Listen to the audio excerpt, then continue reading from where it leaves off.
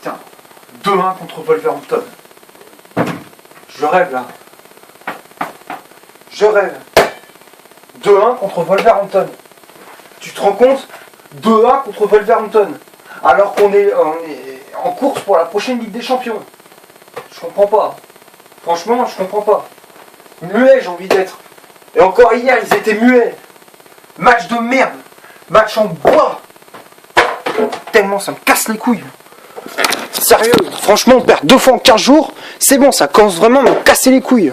Yo, salut tout le monde, c'est Gata Volgar, j'espère que vous allez bien. Moi, pour ma part, je suis agacé. J'espère quand même que vous avez passé une bonne journée. Aujourd'hui, on se retrouve pour une nouvelle vidéo.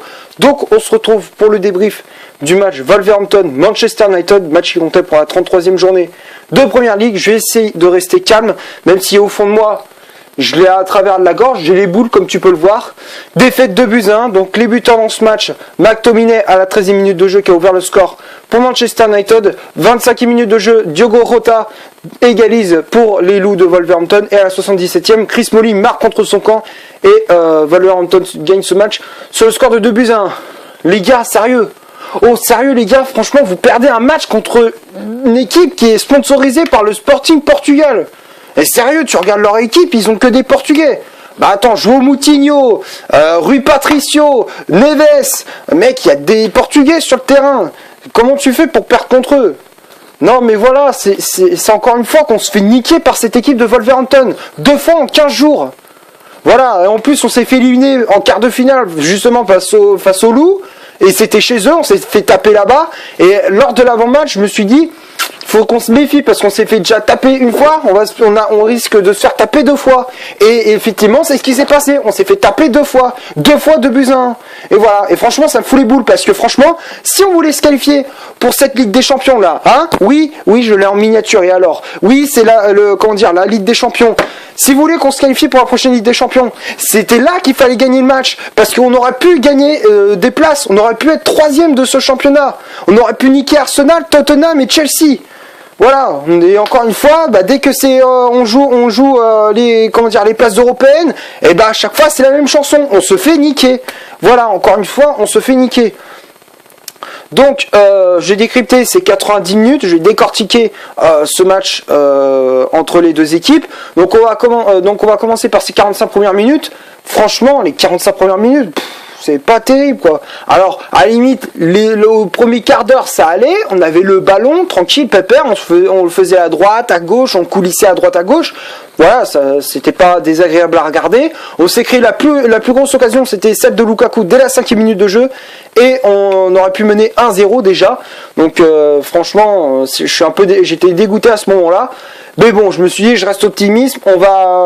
Optimiste. On va essayer de marquer l'ouverture du score. Et à la 13e minute de jeu, sur un bon ballon de Fred, c'est Scott McTominay à l'entrée de la surface qui allume Rui Patricio d'une frappe croisée à ras de terre à l'entrée de la surface. Ça va battre Rui Patricio, comme je disais. Ça fait 1-0 dès la 13e minute de jeu. Et là, on se dit, cool, on va maîtriser le match et tout. Mais non. Non. Comme d'habitude, on fait toujours de la merde. À un moment ou un autre, on fait de la merde. À la 25e minute de jeu, sur un dégagement moyen de David De Gea qui a voulu lancer sur Fred. Fred, il fait un contrôle, mais de merde. Il te fait un contrôle de merde derrière le joueur de Wolverhampton récupère le ballon. Derrière, il fait une passe pour son coéquipier, alors qu'on était 3 contre 2 seulement, et on se trouve le moyen, encore une fois, de se faire niquer. Eh ouais, non mais les gars, sérieux, il faut vous réveiller. Non, parce que là, dans une semaine, on affronte le FC Barcelone en Ligue des Champions. Non, mais parce que, franchement, quand je vous vois jouer, mais putain, mais ça donne envie de vomir, sérieux. Franchement, c'est dégueulasse. C'est dégueulasse. Notre jeu, il est dégueulasse. J'ai l'impression de revoir le Manchester sous l'ère Mourinho. Non, mais voilà, quoi. Franchement, ça me fout les boules, quoi. Je l'ai à travers de la gorge. Franchement, on aurait pu avoir la 3e place. Et là, quand je vois notre jeu, je me dis, mais là, c'était que Wolverhampton. Qu'est-ce que ça va donner contre le Barça? Mais on va se faire lyncher, on va se faire défoncer. Mais là, on va se prendre un score de baby-foot, hein, forcément. Avec en face, eux, ils ont des Messi, Suarez, Coutinho et tout. Nous, on va se trimballer avec Lukaku, Lingard et Pogba. Et d'ailleurs, Pogba, c'est lui qui m'a sorti des yeux hier. Il a rien apporté à l'équipe. Franchement, il a servi à strictement rien. Voilà. Donc franchement, ça m'a bien foutu les boules. Ça m'a bien foutu les nerfs. Franchement, on m'a mis en route. Déjà, dès le but de Diogo Jota, ça m'a mis en route. Voilà. Après, depuis le but de Diogo Jota, notre jeu, mais il a été catastrophique. Catastrophique. On n'arrivait pas à aligner une passe. Pas d'agressivité. On n'avait rien. On récupérait pas mal de... certes, on récupérait des ballons, mais on n'arrivait pas à aligner une passe. On n'arrivait à rien. La plus grosse occasion aussi, comme je disais, c'était celle de Lukaku à la 5e minute de jeu. Et après, quelques minutes après, à la 20e, on aurait pu mener 2-0. Normalement, on aurait dû rentrer au vestiaire sur le score de 3-0. Wolverhampton, ils étaient inexistants en première période. Ils étaient à la ramasse totale. Et nous, encore une fois, on repose sur nos lauriers et derrière, on se fait niquer. C'est la même chanson à chaque fois. Voilà. Donc à la mi-temps, il y a un partout entre les deux équipes. Voilà. Seconde période, ça a commencé, ça a recommencé forcément. Derrière, 53e minute de jeu, t'as Ashley Young, il se prend un carton jaune. Et derrière, 5 minutes après, il se prend un rouge. Qu'est-ce que tu veux que je te dise ? Qu'est-ce que tu veux que je te dise ? Et déjà, normalement, l'arbitre, mais il a été catastrophique. Il faisait que distribuer des cartons, n'en plus finir. Franchement, l'autre, il doit prendre la retraite. Hein. Franchement, l'arbitre, en Angleterre, j'ai l'impression que les arbitres, plus ils sont vieux, plus ils sont cons. Hein. Alors, mais parce que franchement, quand je les vois, mais c'est pas possible. Franchement, sur le carton rouge d'Ashley Young, mais il y a rien. Il y a rien. Attends, le mec qui met son pied, certes le tacle il est peut-être dangereux, mais le mec attend son pied, il roule sur le ballon et ça va sur la cheville de l'autre. Qu'est-ce que tu veux qu'il fasse ? Franchement, pour moi, le carton rouge, il est vachement sévère. Et voilà. Et après, pendant plus d'une demi-heure, on a été à 10 contre 11. Voilà. Donc du coup, on a été à 10 contre 11. Là, forcément, on recule, on fait que de reculer, on a essayé d'attaquer mais on n'arrivait pas à trouver la faille. On a essayé de reculer, on reculait. Et forcément, 77e minute de jeu, à un quart d'heure de la fin, mais on se prend un but. Oh là là là là. Mais c'est un but, mais casquette qu'on se prend, c'est un but contre son camp. C'est Cafouilla dans la défense de Manchester, c'est Smalling qui la pousse au fond des filets. Voilà. Mec, attends, les deux buts qui marquent Wolverhampton, c'est 2 buts qu'on les offre sur un plateau. Ça me fait penser au match Manchester-PSG où PSG ils ont fait un match catastrophique. C'était pareil. Franchement, ça m'énerve quoi. Voilà, qu'est-ce que vous voulez que je vous dise ?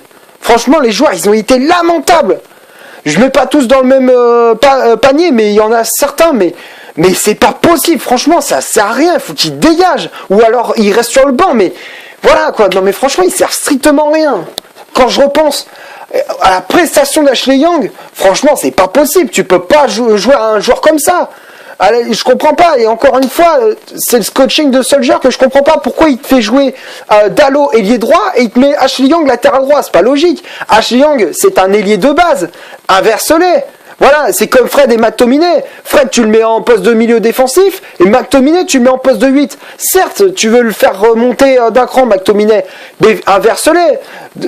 McTominay n'a pas la même intensité. Il n'a pas la même récupération de balle que Fred. Défensivement, McTominay, il est meilleur que Fred. Fred, offensivement, il est meilleur que McTominay, même s'il a marqué un joli but, mais quand même, je trouve que Scott McTominay, il est bon à être à être milieu défensif que Fred, quoi. Voilà. Moi, j'aurais fait l'inverse. Donc c'est en finale de buts à 1. Donc on va passer maintenant à la composition d'équipe. Ole Gunnar Solskjaer a aligné pour ce Wolverhampton Manchester United. Donc ça a été un 4-3-3 opéré par le technicien norvégien, un 4-3-3 avec David De Gea dans les cages de Manchester United, les deux défenseurs centraux, Victor Lindelof associé à Chris Smalling, Ashley Young, latéral droit et capitaine de cette équipe de Manchester, Luke Shaw, latéral gauche, McTominay en poste de sentinelle. Après, ça a été Fred et Pogba en poste de milieu relayeur, mais après, durant le match, c'est Fred qui a joué plus en poste de milieu défensif que McTominay. McTominay est monté d'un cran. Donc du coup, c'était ça durant 90 minutes. Lukaku en pointe de l'attaque des Red Devils, Jesse Lingard, ailier gauche, et Diogo Dalot, ailier droit. Voilà, donc pour la composition d'équipe, moi personnellement, au départ, quand j'ai vu la compo, je me suis dit, ouais, pourquoi pas, parce que bon, McTominay, il était bon en sentinelle, mais je comprends pas pourquoi Solskjaer, il fait changer McTominay et Fred, ils inversent les rôles. C'est pas logique. McTominay, il est meilleur, comme je disais, il est meilleur défensivement que Fred. Fred, pour moi, ça donne rien, quoi. Voilà. Donc après, il y a eu les remplaçants qui étaient entrés en jeu. Il y avait Anthony Martial qui était entré en jeu à la place de Romelu Lukaku. Phil Jones à la place de Fred, forcément, parce qu'on a été réduit à 10. Et Andreas Pereira à la place de Dalot. Voilà. Mais ce que je comprends pas, c'est encore une fois le coaching de Solskjaer. Voilà, comme je disais, il y a le problème des déplacements des joueurs. Il y a aussi le problème de stratégie. Franchement, il y a un gros problème. Normalement, quand tu as un joueur qui a déjà un carton, t'es pas censé le laisser sur le terrain. Normalement, tu dois le sortir. Comme ça, tu restes à 11 et tu risques pas ton joueur d'être exclu du match. Voilà. Et c'est des conneries quoi qu'on fait. C'est des coachings à la con. Franchement, moi, c'est des coachings. J'aime bien Solskjaer. J'aime tout ce qu'il fait depuis le début de saison. C'est grâce à lui qu'on est encore en vivant. Mais là, franchement, là, plus ça va, plus ça part complètement en couille. Voilà. Franchement, il me déçoit. Là, franchement, il m'a déçu durant ce match. Voilà. Donc on va passer maintenant aux statistiques de cette vidéo. Donc on va commencer par celle de Manchester United.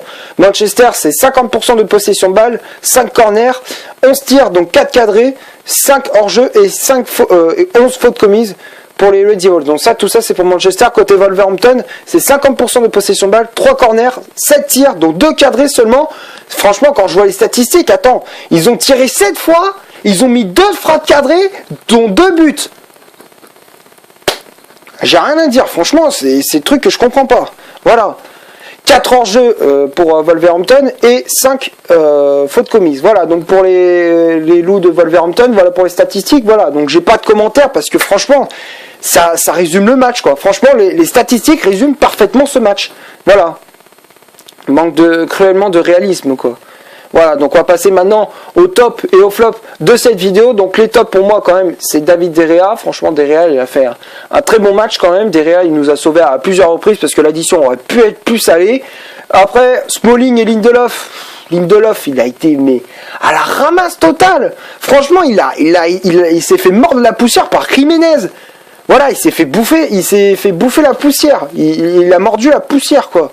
Voilà. Chris Smalling, pareil, franchement, Chris Smalling et Victor Lindelof, ils ont mordu la poussière. Voilà, et comme je dis, on a besoin, là, j'appelle SOS défenseur central. Là, franchement, j'ai besoin d'un défenseur central. C'est bien gentil de nous dire, ouais, on va recruter Samuel Umtiti et tout. Bah, fais une offre, et après, ça se trouve, ça va peut-être marcher, et on aura peut-être un défenseur central plus solide, parce que Samuel Umtiti, il est vachement solide, beaucoup plus solide que Lindelof, quoi. Voilà. Donc, comme je disais, Lindelof et Smalling, le flop. Ashley Young, pareil, le flop.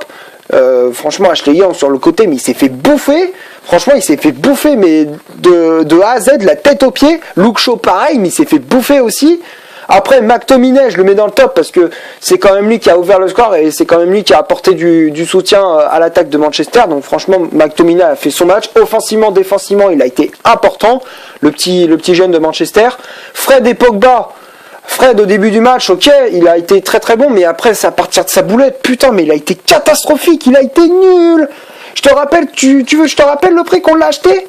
65 millions d'euros, on l'a acheté. Pour ça, justement. Je comprends pas. Franchement, je comprends pas. Voilà, Fred, je le mets dans le flop. Pogba, pareil. Pogba, 105 millions d'euros, on l'avait acheté. Pour qu'il nous fasse de la merde. Mais on s'est fait pigeonner dans l'histoire, on s'est fait niquer. Dans l'histoire des recrutements, on s'est fait enfler dans les prix. Voilà. C'est des joueurs surcotés pour moi. Voilà. Alors, Pogba, il est bon, mais le problème, je sais pas ce qu'il a en ce moment. Alors, c'est peut-être par rapport au Real Madrid, mais je sais pas, il a la tête ailleurs, là. Là, franchement, je sais pas le Pogba que je reconnais.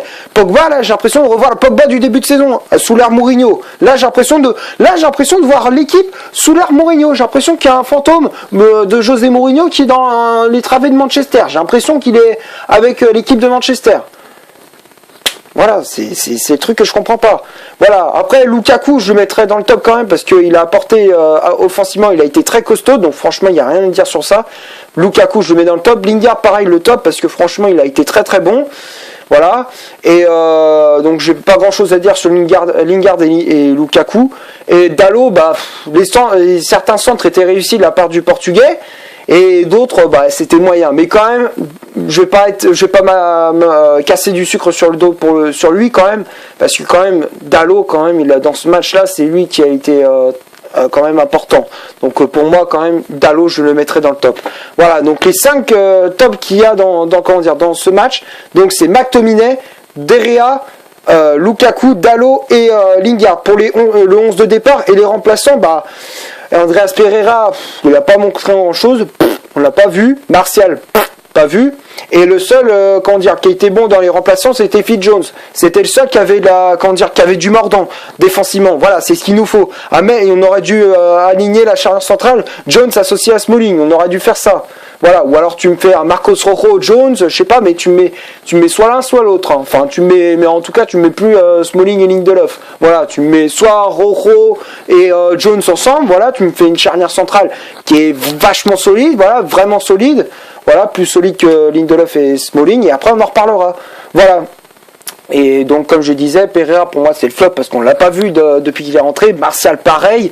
Jones, je le mettrais dans le top. Voilà. Donc, pour moi, les seuls qui étaient bons dans ce match, comme je disais, c'est Derea, Jones, McTominay, Dalot, Lingard et Lukaku. C'était les seuls qui étaient bons dans ce match. Sinon, le reste, inexistant. Ils ont servi à strictement à rien. Voilà, donc c'est tout ce que j'avais à dire. Je vais pas m'attarder 15 ans sur ce match. J'espère quand même que vous avez aimé ce petit débrief. Si c'est le cas, tu laisses un énorme like. Tu cliques ici pour t'abonner pour rien de rater de mes vidéos. Tu cliques ici pour en voir une autre si tu le souhaites. Et moi, je te dis à la prochaine pour une prochaine vidéo. Et j'espère en tout cas que Manchester va se ressaisir. Ciao!